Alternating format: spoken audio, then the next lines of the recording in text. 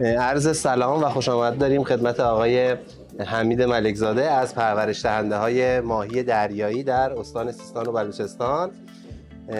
خیلی خوش آمدید. بفرمایید خودتون رو معرفی کنید. با نام خدا، حمید ملکزاده هستم. اولین مجری پرورش ماهی در قفس در دریای مکران که تقریبا 2 سال هم هست که با شرکت فرادانه دارم کار میکنم و از حمایت های شرکت فرادانه واقعا سپاسگزار هستم و امیدوارم که بتونیم در ظرف 3 سالی که برای دریای مکران در نظر گرفتیم بتوانیم قطب ماهی در قفس کشور بشیم با حمایت های ویژه شرکت فرادانه. میگه که همین که در کنارم بوده باشی، گل سرخ انارم بوده باشی، سراوان در سراوان در سراوان تمام چابهارم بوده باشید. به به، ممنونیم. واقعا شعر زیبایی بود. باعث افتخاری که مشتری مثل شما رو ما توی مجموعه فرادانه داریم. بفرمایید وضعیت صنعت آبزیان در استان سیستان و بلوچستان چه شکله؟ الان با توجه به اینی که تمام سیاست‌های نظام به سمت توسعه دریای مکران داره پیش میره، الان که عرضم به حضورت تو بحث میگو هم بخش گواتر هست که دارن فعالیت میکنن دوستانمون تو اون بخش. در بخش ماهی در قفس تقریبا اولین کسی کار شروع کرده خودم بودم. اول با قفس‌های معیشتی که خودم این قفس‌ها رو تقریبا اولین بار در ایران ساختم و رونمایی کردم و 2 بار هم ماهی داخلشون پرورش دادم. تقریبا من 300 تن قفس‌های 2 تونی دارم در داخل خلیج و 6 قفس 125 تنی هم دارم در داخل دریا.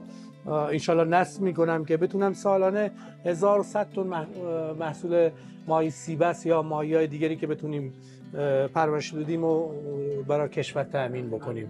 یعنی طی برنامه‌ای که خودمون داریم تصمیم داریم طی 3 سال تقریبا ما پروژمون رو تا 3000 تا 4000 تن افزایش بدیم.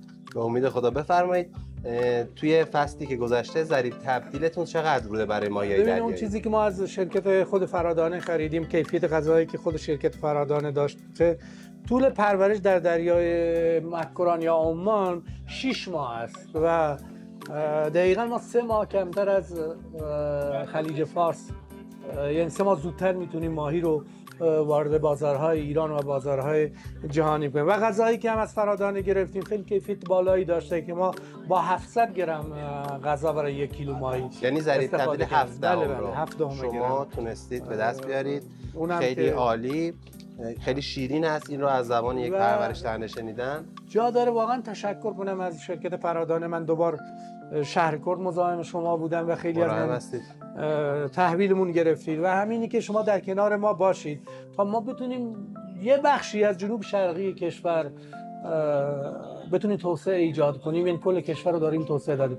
اینی که شرکت‌های مثل شما کنار ما هستن، من خیلی تعریف فرادانه، نه از این که خودم دارم باهاش کار میکنم، خیلی از دوستان من تو صنعت میگو دارن فرادانه کار میکنن، خیلی تعامل شما رو با ما گفتن خیلی خوب دارید تعامل میکنید با خیلی از شرکت‌ها.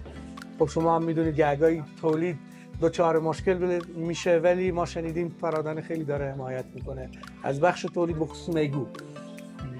از اینکه مشتریانی مثل شما رو توی مجموعه داریم افتخار میکنیم. ممنونم. سپاسگزارم. ممنونم.